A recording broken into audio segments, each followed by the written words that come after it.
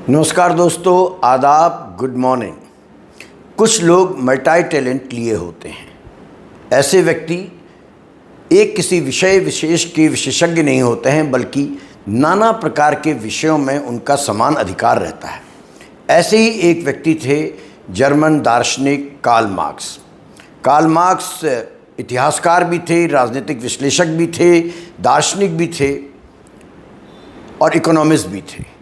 पूंजी को लेकर, मनी को लेकर उनका एक कथन है कि पूंजी का स्वभाव विस्तार है और उसके लिए वह हर सीमा को लांघ जाती है।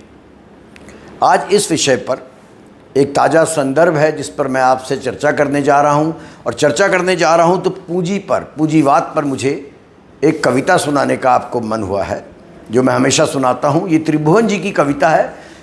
इससे समझिएगा कि पूंजीवाद, कैपिटलिज्म कितना घातक है और कितना अमानवीय है।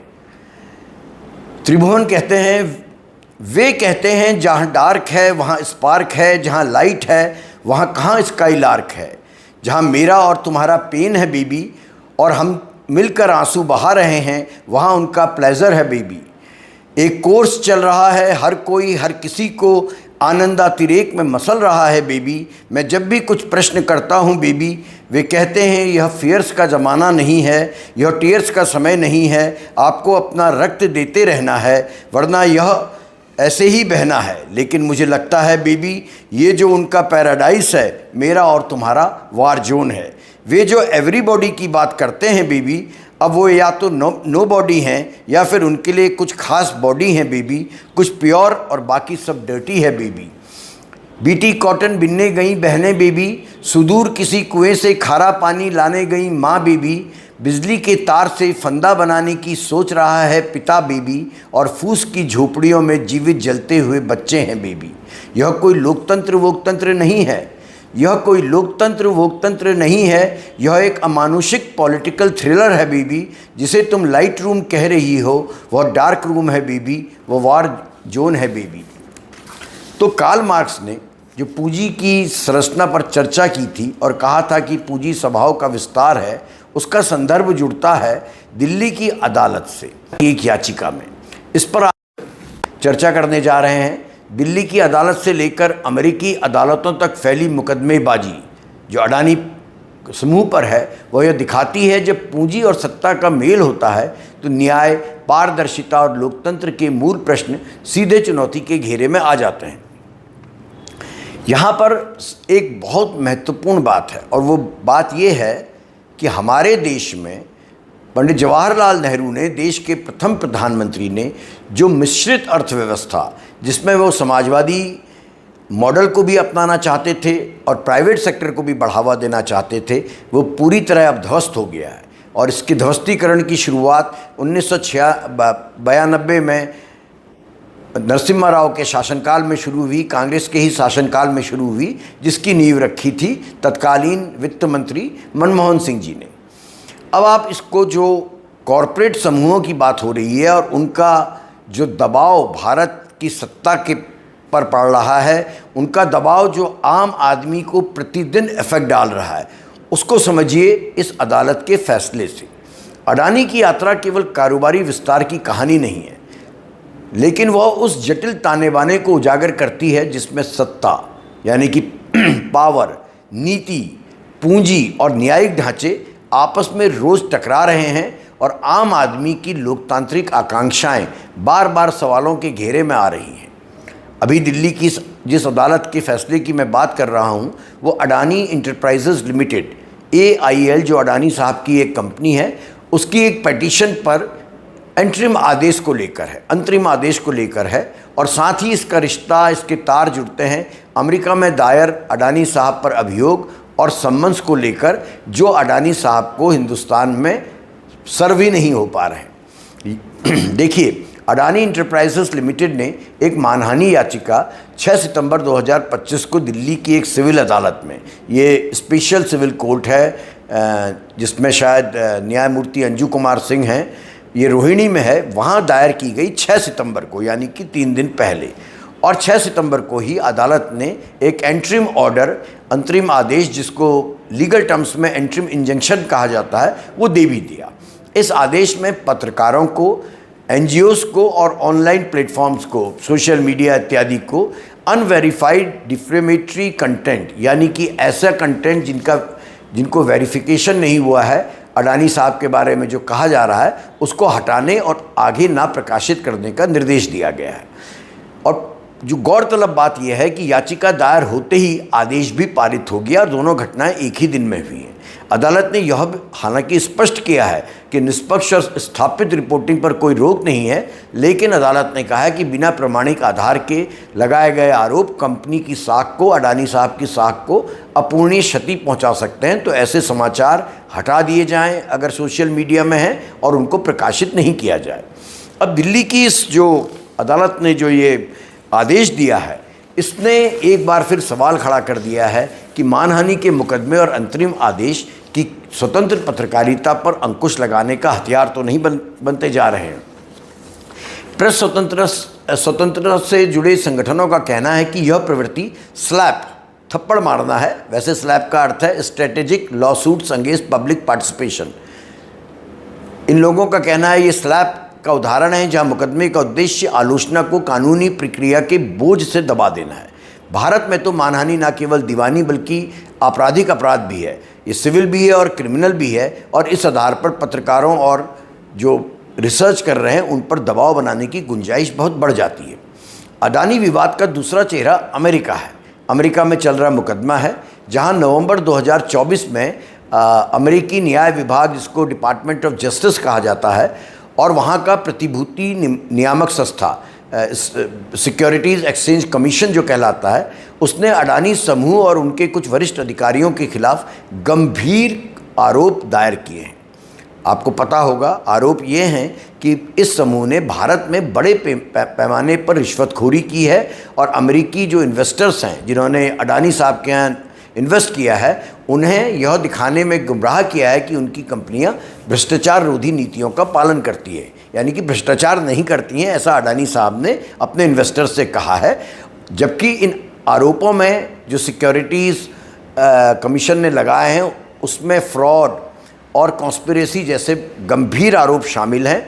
अमेरिकी नियामक संस्थाओं का मानना है कि जब 2021 में एक इन्वेस्टमेंट अडानी साहब जुटा रहे थे, बॉन्ड रिलीज़ कर रहे थे, तो उन्होंने अमेरिकी इन्वेस्टर्स से करोड़ों डॉलर जुटाए, लेकिन यह जानकारी नहीं दी कि उन्होंने भारी भ्रष्टाचार करके भारत सरकार से या भारत में टेंडर्स हासिल किए हैं। इन आरोपों के बाद अमेरिकी अदालत ने इन अधिकारियों को और अडानी साहब को सम्मन भेजने की प्रक्रिया शुरू की है। लेकिन इसमें भी एक बड़ी मज़ेदार बात हो रही है, एक गतिरोध आ गया है। अमेरिकी अदालत को इस एसईसी ने और डिपार्टमेंट ऑफ जस्टिस ने बताया है कि हेग सर्विस कन्वेंशन के तहत, ये जो अंतर्राष्ट्रीय कन्वेंशन है जिसमें एक देश दूसरे देश में मौजूद अपराधियों को सम्मन भेज सकता है, उसके तहत जो दस्तावेज जो सम्मन अदालत भेज रही है वो अडानी साहब या उन अधिकारियों पर सर्व ही नहीं हो पा रहे हैं, पहुँच ही नहीं पा रहे हैं। और इसका कारण कुछ भी हो सकता है। जो सिस्टम है, भारतीय सिस्टम है, वो नहीं पहुंचाना चाह रहा होगा अडानी साहब को। राहुल गांधी कहते रहते हैं कि हम दो हमारे दो, तो सत्ता जो है, संभावना है कि सत्ता चाह ही नहीं रही है कि अडानी तक सम्मन पहुंचे, क्योंकि अडानी साहब तक जैसे सम्मन पहुंचेंगे फिर उनको अमेरिका में अपीयर होना पड़ सकता है, और अगर वो अपीयर नहीं हो सकते होंगे तो अमेरिकी सरकार, न्यायिक व्यवस्था उनके खिलाफ बड़ी बाधा खड़ी कर सकती है। अमेरिका में जो इनके खिलाफ फाइलिंग की गई है उसमें लिखा गया है served not yet effected in India, यानी सम्मन अभी तक इंडिया में पहुंच ही नहीं पा रहे हैं जिस व्यक्ति के लिए भेजे जा रहे हैं।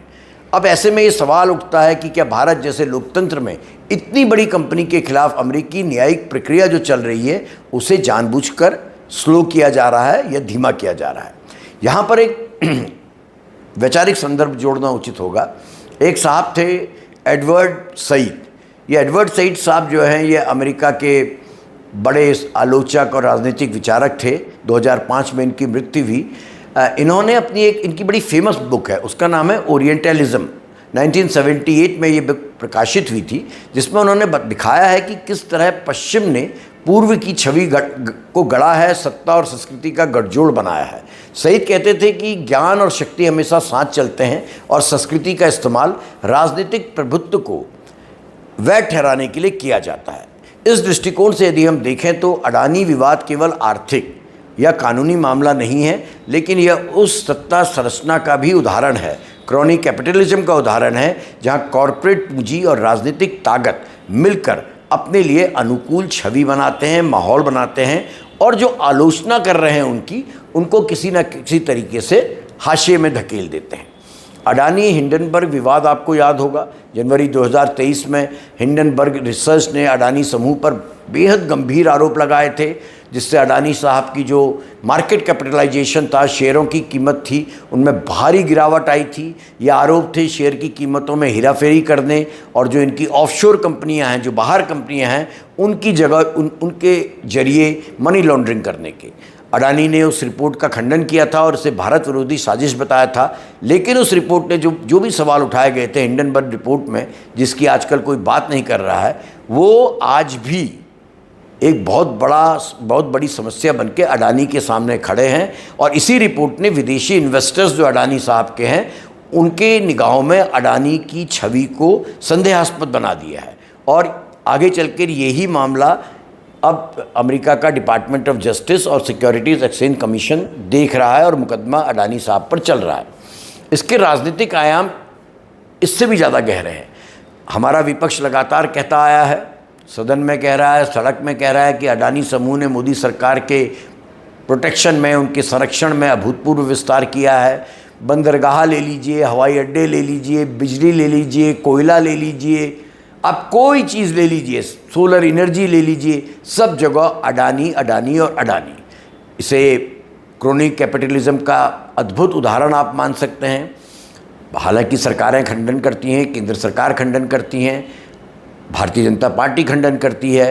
ये कहा जाता है कि सब कुछ नियम अनुसार हो रहा है, और विपक्ष जो है वो ये मुद्दा राजनीतिक लाभ के लिए उठाता आ रहा है। लेकिन सोचने की बात है कि कमाल की बात है कि एक व्यक्ति कुछ ही समय में, या एक समूह कुछ ही समय में इतना बड़ा कैसे बन गया। बहरहाल, दिल्ली की अदालत का आदेश जो है वो प्रतिष्ठा की रक्षा और अभिव्यक्ति की स्वतंत्रता के बीच जो तनाव आता है उसको भी सामने लाता है।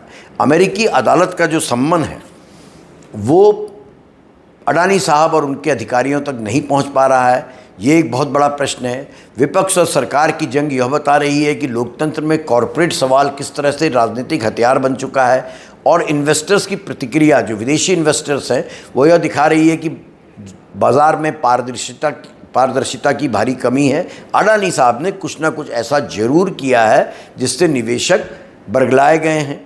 आपको पता है अमेरिका में रिश्वत के खिलाफ सख्त कानून है। ऐसी कंपनियों से वो डील नहीं करते हैं जो रिश्वत देकर भ्रष्टाचार करके टेंडर्स लेती हैं या अपना व्यापार करती हैं। पूंजीवाद के आलोचकों का कहना है कि जब पूंजी राजनीति के सहारे चलती है तो उसकी जवाबदेही केवल शेयर धारकों तक ही सीमित नहीं रहती, बल्कि पूरे समाज पर असर डालती है। ये बात भी सही है। यही वजह है कि इस विवाद ने न केवल अदालतों या इन्वेस्टर्स को, बल्कि आम नागरिक को भी प्रभावित करने का काम किया है। लोकतंत्र की दरअसल यही असली परीक्षा है कि क्या वह भारत में विशेषकर इस जो क्रोनी कैपिटलिज्म का विस्तार होता जा रहा है उसके दबाव से कभी मुक्त हो पाएगा, नहीं हो पाएगा। यहाँ पर मैं चलते चलते आपको एक किताब जिसका मैंने पहले भी जिक्र किया है, बहुत इंटरेस्टिंग बुक है, इसे पढ़नी चाहिए हर किसी को, भारत की वर्तमान हालात को समझने के लिए, और कैसे आज़ादी बाद ही जो नेहरू जी का मॉडल था समाजवादी पूंजीवाद का, वो धीरे धीरे हाशिए में जाता चला गया। मिलन वैष्णव की इस पुस्तक का नाम है when crime page, money and muscle in Indian politics. ये बहुत अद्भुत बुक है। इस बुक में एक बड़ी अच्छी बात, इसका एक चैप्टर है the rise of the rents Raj. इस चैप्टर में इन्होंने एक बड़े अच्छे तरीके से ये समझाने का प्रयास किया है कि जो भ्रष्टाचार है वो दरअसल हमारे समाज में, हमारे स्वभाव के अंदर है। आप इसे यूँ कह सकते हैं कि ये हमारे डीएनए में है। और इसका उदाहरण उन्होंने चाणक्य की नीति से दिया है, चाणक्य के कथन से दिया है। मिलन वैष्णव ने लिखा है कि corruption is far from a recent phenomena in India. After all, as far back as the 4th century BC, the philosopher Kautilya famously wrote, just as it is impossible not to taste the honey or the poison that finds itself at the tip of the tongue, so it is impossible for a government servant not to eat at least a bit of king's revenue. ये चाणक्य का बड़ा famous कथन है। चाणक्य ने कहा था कि ये असंभव है कि जैसे व्यक्ति की नोक पर अगर शहद लग जाए या जहर लग जाए तो वो उसको चखे नहीं, इसी प्रकार जो सरकार के कारिंदे होते हैं, राजा के कारिंदे होते हैं, उसके ऑफिशियल्स होते हैं, वो जो रेवेन्यू जनता से आता है, राजस्व आता है, उसका थोड़ा लाभ ना उठाएं। तो जब चौथी शताब्दी में चाणक्य ये बात कह रहे हैं तो इस बात को प्रामाणिकता मिलती है कि करप्शन, भ्रष्टाचार हमारे स्वभाव में आया है, धसा हुआ है, वो हमारे डीएनए में है। प्रश्न सिर्फ इतना है कि क्या हमारा लोकतंत्र, हमारी डेमोक्रेसी इस क्रॉनिक कैपिटलिज्म के दबाव में ढह तो नहीं जाएगी, या क्या ऐसा हम कल्पना कर सकते हैं कभी, क्या ऐसा भी कभी समय आएगा कि जब ये क्रॉनिक कैपिटलिज्म का समय ख़त्म होगा और सही अर्थों में एक समाजवादी भारत, एक लोकतांत्रिक भारत, जेन्युइन लोकतांत्रिक भारत अस्तित्व में आएगा। और अन्यथा जैसा इस कवि ने, त्रिभुवन जी ने कहा है, यह कोई लोकतंत्र वोकतंत्र नहीं है, यह तो एक अमानुषिक पॉलिटिकल थ्रिलर है बेबी। जिसे तुम लाइट रूम कह रही हो वह डार्क रूम है बेबी, वो वार जोन है बेबी। यही आज का सच है। धन्यवाद।